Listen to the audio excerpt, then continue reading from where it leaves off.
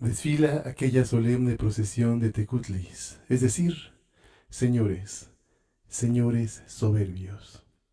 También pasan aquellos ancianos sacerdotes y los adivinos que solían mirarse tras las nubes rojas o negras de los teocalis, de los templos, y la selecta corte de los nobles guerreros, de los bravos guerreros águila, de los valientes guerreros jaguar, que muestran orgullosos sus magníficas y resplandecientes armas y vestiduras. Fueron apareciendo lentamente, precedidos de los esclavos que cargan grandes riquezas como mercancías. Los mercaderes ambulantes, los posteca, como se les llamaba a los comerciantes.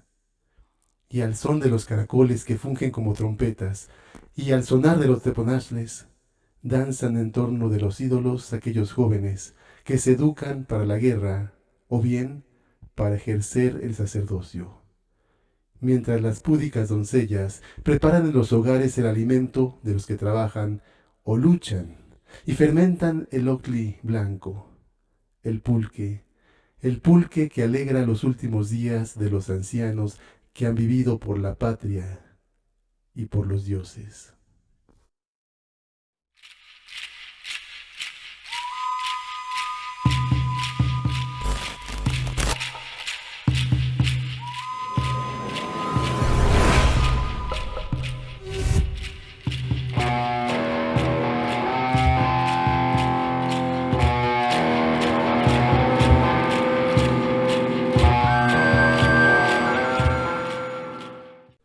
Y las águilas de grandes alas rojas de la gran casa del sol cruzan veloces el espacio azul sobre la ciudad de Tenoch, la gran Tenochtitlan.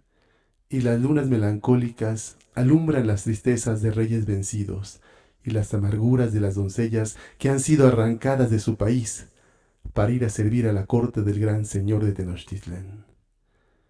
Ya pasó toda esa delirante vida del pasado, que entre más oscuro es el recuerdo, más se abren a los rayos de la verdad, a la memoria, los hechos heroicos que viven aún en las ruinas de esos grandes monumentos. Porque sobre esos cadáveres emerge la vida de un fragmento de la historia, eslabón vivo y recuerdo de la existencia de una gran raza, los mexicas. Ya pasó la gloria del imperio mexica. Ahora que venga el reposo del espíritu, que llegue la serenidad a aquellas almas que tanto y tanto anduvieron por esas regiones. Que llegue, sí, mucha calma, que cese el espíritu febril, reposemos. Descendamos del alado corcel de la imaginación y vayamos a conocer cómo fueron, cómo eran elegidos aquellos que gobernaban este gran imperio, los Tlatoani. De entre las cosas que más nos sorprenden de aquel gran imperio es esto, precisamente, de lo más alto, el Tlatoani, que en aquel entonces era un gran emperador, puesto que dominaba y hacía pesar su voluntad sobre otros señores del valle y todos los alrededores, más allá de las montañas. Bien, el Tlatoani, desde que los aztecas colocaron en el terreno de su ya independiente ciudad Acamapixtli, establecieron la ley de cómo serían elegidos.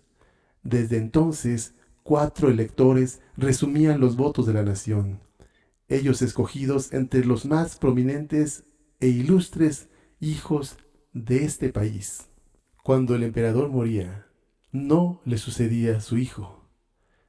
Tenía que ser alguno de sus hermanos, y si estos no eran elegibles, tal vez algún sobrino, pues entonces no había una sucesión directa al trono de padre a hijo.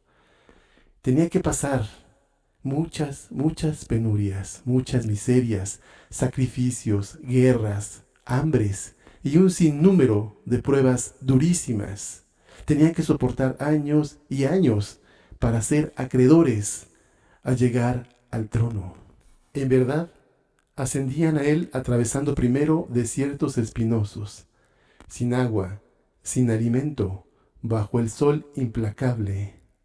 Y en las noches, bajo la luna terrible del insomnio, tenían que arribar a las arenosas playas del lago de sangre, no sin antes batirse en la selva intrincada de los ahuehuetes, que tenían que derribar al golpe de la espada sagrada que los sacerdotes del Calmecac les pusieran en sus manos. Y una vez en las riberas del lago de sangre, débil el aspirante, a fuerza de ayunos, fatigas, batallas y lágrimas, debía clavarse centenares de espinas en el cuerpo y pasar la noche, las noches, contemplando el cielo. ¿Creerán ustedes entonces que por fin, felizmente vendría el nombramiento esperado? No, aún no. En ese momento iniciaba una nueva serie de campañas sagradas, justamente la guerra. Y entonces del Tepochcali y del Calmecac, y de los Teocalis y la Casa de las Águilas, y del Teocalli del Sol, surgían jóvenes guerreros que se reunían con los antiguos jefes. Llegaban los mercaderes que debían ir a buscar querella a los pueblos lejanos. Se nombraban embajadores y a fin la expedición partía para regresar victoriosa casi siempre meses después, trayendo centenares o miles de prisioneros que debían sacrificarse el día propicio que sería augurio de la coronación. Los emperadores de Acohuacan y de Tacuba, precedidos por la nobleza, abrían la marcha. Tras de ellos iba el elegido, el cual iba completamente desnudo, seguido de la milicia, el clero, los comerciantes y el pueblo. Subían al templo del dios de la guerra y del sol. Entonces el elegido lo veneraba tocando el suelo con la mano, sostenido por los dos emperadores aliados. Después de esto, el gran sacerdote le untaba hule negro por todo el cuerpo, que esparcía 4 veces con el agua sagrada, por medio de ramas de cedro, sauce y cañas de maíz. Le cubrían el dorso con un manto en el que se veían cráneos humanos y otros jeroglíficos, colocando sobre su cabeza 2 velos, uno negro y otro verde, los cuales estaban adornados con atributos que a los españoles les parecieron macabros. Lo calzaban con los cacli, los zapatos de lujo que tenían plantillas de oro y tiras bordadas, y lo ceñían un cinto del que pendía una calabaza que contenía semillas, y estas semillas servían para desatar conjuros, engaños, maleficios, venenos, enfermedades, etc. En las manos se le entregaba un saquito con copal para que incensara a los dioses, mientras el ungido permanecía en una actitud humilde, acurrucado. El gran sacerdote, con una gran ceremonia, le animaba a ser el padre amoroso de su pueblo, el defensor de su patria y el hijo humilde y respetuoso del designio de los dioses. Habiendo recibido después los regalos de los gobernantes y de los nobles, entraba a la sala particular de su nuevo palacio, donde, sin tomar alimentos, se autosacrificaba brutalmente. Permanecía 4 días, sin comer, bebiendo muy poca agua, sangrándose, clavando en su piel espinas de maguey y prácticamente sin dormir. 50 días después, entraba finalmente y con gran garbo y orgullo al gran Tecpan, donde por fin empezaba la celebración de los banquetes, las mujeres con sus danzas y los homenajes de los grandes señores del imperio, y los arroyos de sangre y las lluvias de corazones arrancados de los pechos de los prisioneros. En los reales festejos, a la hora del sacrificio, se toleraba la embriaguez. Los ancianos jefes de familia que tanto se respetaban presidían los banquetes. Daban entonces sermones a sus hijos, y a los jóvenes les recordaban las antiguas glorias de sus padres, invitándolos al heroísmo y al amor de su pueblo. Después sirviendo el licor blanco, el pulque, hasta que finalmente poco a poco se desvanecían sobre las esteras, para ser, después, piadosamente atendidos por sus familiares. Y así, uno a uno, eran elegidos los tlatoanis, los grandes gobernantes de aquel inigualable imperio mexica. Hasta hace poco, con el presidente Andrés Manuel López Obrador, de alguna manera se hace homenaje a este tipo de tradiciones de tiempos ancestrales.